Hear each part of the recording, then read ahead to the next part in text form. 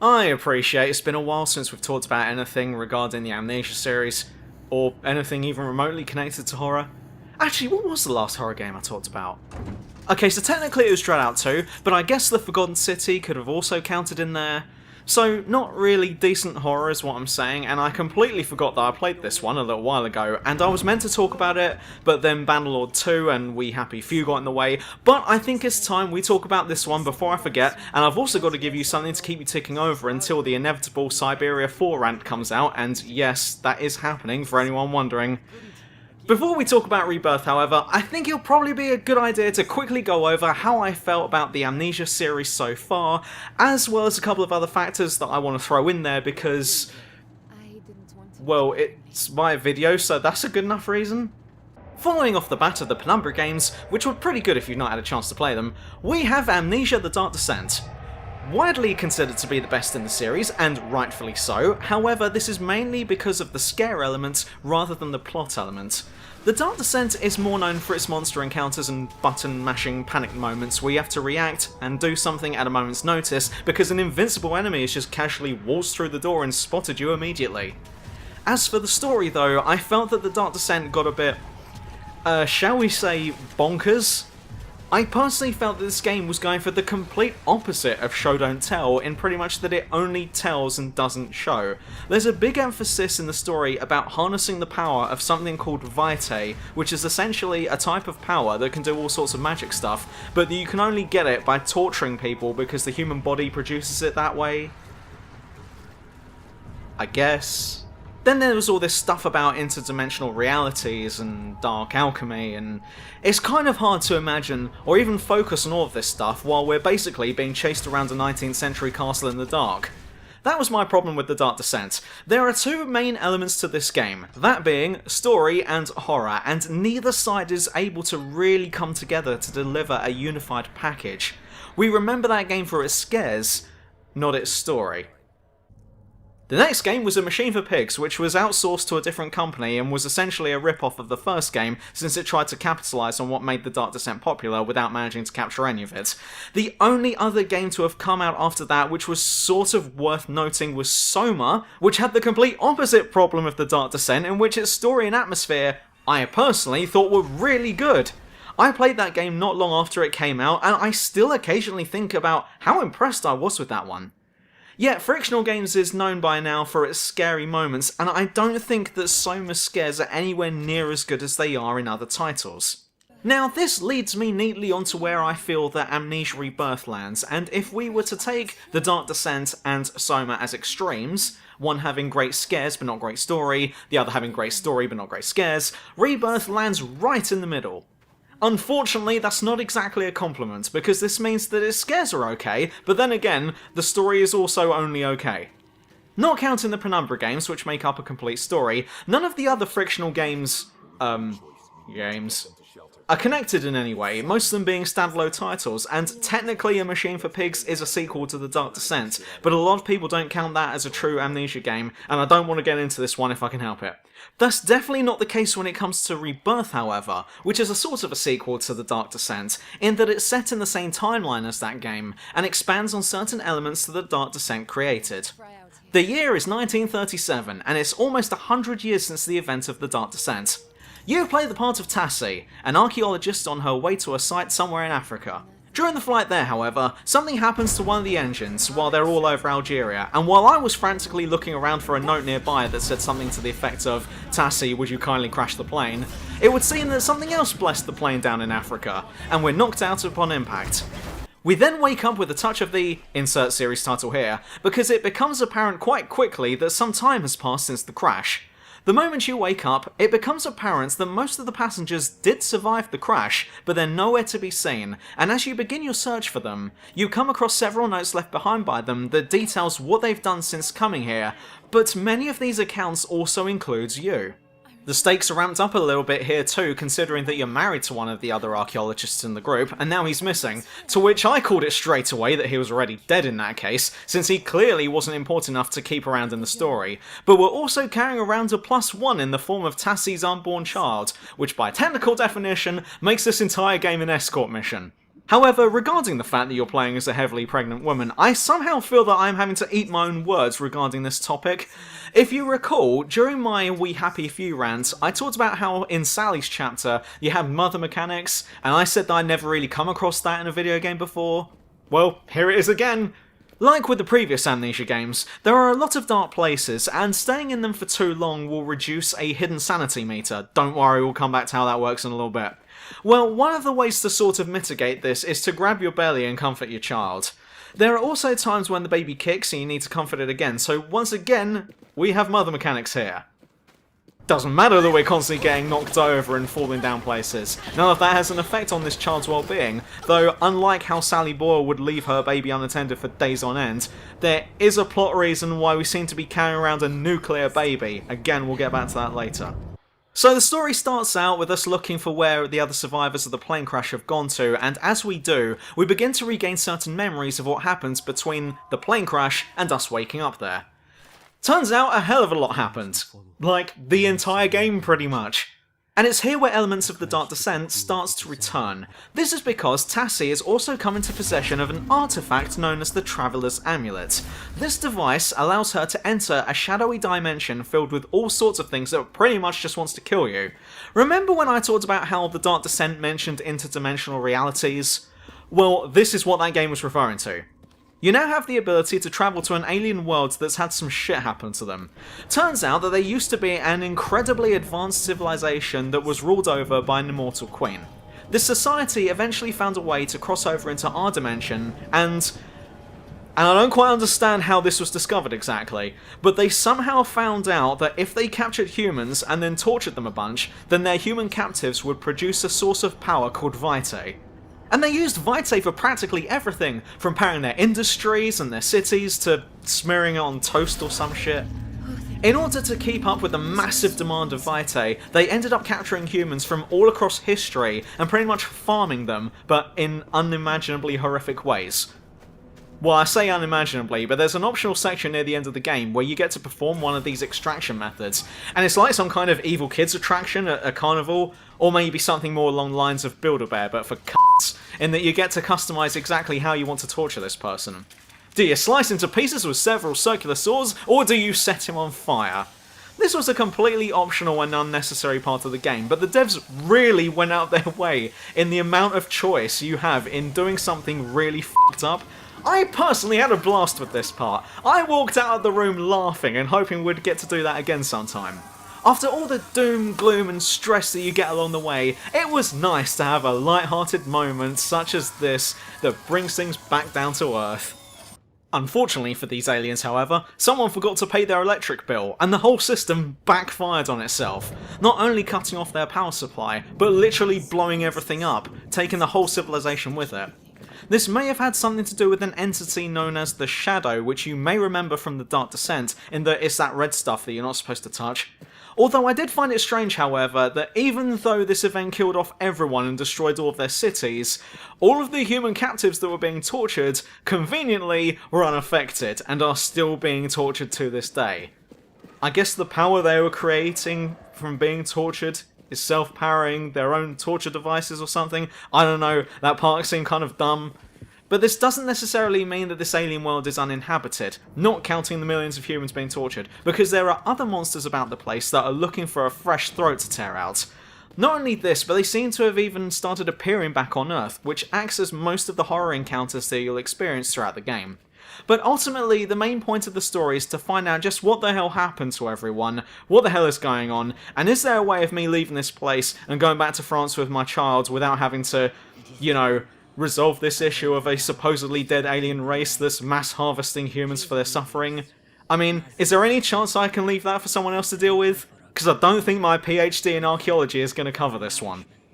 The actual gameplay, however, won't be anything new to anyone who's played anything by Frictional Games before. There's a big emphasis on looking about the place, picking up stuff and reading notes left behind by various people, looking for objects that are used as part of a puzzle, etc., and interacting with objects is exactly as it is in previous titles. And like with the previous games, light sources are quite limited in this game, though I personally never ran out of supplies. You start off with matches that don't really provide much light, will go out quickly, or completely if you move too fast, but can be used to light torches and braziers and such. You'll also eventually get an oil lamp that you'll need to fill with oil canisters that you find about the place. The general idea is, if you don't need to use matches or a lamp, don't use them. If you do need to use matches or a lamp, use them sparingly. But like with previous games, most of the game will be spent in the dark, and spending extended time in the dark without a light source has negative effects. Having said that, on a quick note, I also found that you also suffer from negative effects by spending too much time in the sun, so I guess we've learned that Tassie is just a fussy bitch. But as I alluded to earlier, there is a hidden sanity meter present, and this meter will drop when certain criteria are met. The two obvious ones are when you stare at a monster for an extended amount of time, as well as being in the dark for too long. As your sanity meter drops, you'll begin to hallucinate, with the screen becoming sort of distorted and like black tentacles appearing around the edge of the screen, and audible noises appearing that just flat out aren't there. However, if it hits 0, which can also be triggered by getting caught by monsters, then this will trigger Tassie to enter into what I like to call Karen mode, in which you'll start running about the place in some sort of berserk trance, demanding to see the manager, before being given a money off voucher, at which point she calms down and you'll regain control. This is essentially the closest thing to losing or getting a game over that you can get here. The fact is, you can't actually die in this game, and being caught will just place you back at the start of the area you were in, and you'll just have to try and pass through it again. There is a lore reason for what is happening here and why this is the case, to which I will spoil it for you now, unless you don't like spoilers, in which case, see you in the next video. So it turns out that what happened was that after your plane crashed, you all discovered an alien base beneath the caves nearby. While there, you encountered the still immortal Queen of the Other World, who gives you the Traveller's Amulet, and you all go over there and have a look around. This Queen has a strong desire to become a mother, since her Vize-induced immortality has also made her sterile, so she starts looking at Tassie's stomach bulge and starts licking her lips. Tassie says, "No, you can't have my baby," to which the Queen glares at her and then says, "Hey, before you all leave, why not drink from this specific nondescript water fountain that I've brought you to for no particular reason? Please don't read too hard into this or ask me if the water is safe to drink in this realm." And despite this being sus as fuck, most of them fell for it, including you. Oh, true review, you're just a xenophobe, you just don't like aliens. I don't like them putting chemicals in the water that turns the freaking NPCs into ghouls! Infowars.com! That's right, this stuff makes the person who drinks it eventually transform into one of these monsters, which the Queen can then control. Most of those monsters you encounter throughout the game are actually what used to be your fellow archaeologists, and some of them will let you know how much they both hate you and look forward to seeing your guts when they notice you. And the reason why you don't die and just go on some rage bender when you get caught by an enemy is actually because you're beginning to transform yourself. Even your unborn child is affected, hence why the little bastard manages to survive the events of the game without any medical complications, despite its mother falling off a cliff every few minutes. After everyone realises that they've suddenly gotten sick, the Queen is all like, "Oh no, who could have thought that this would happen?"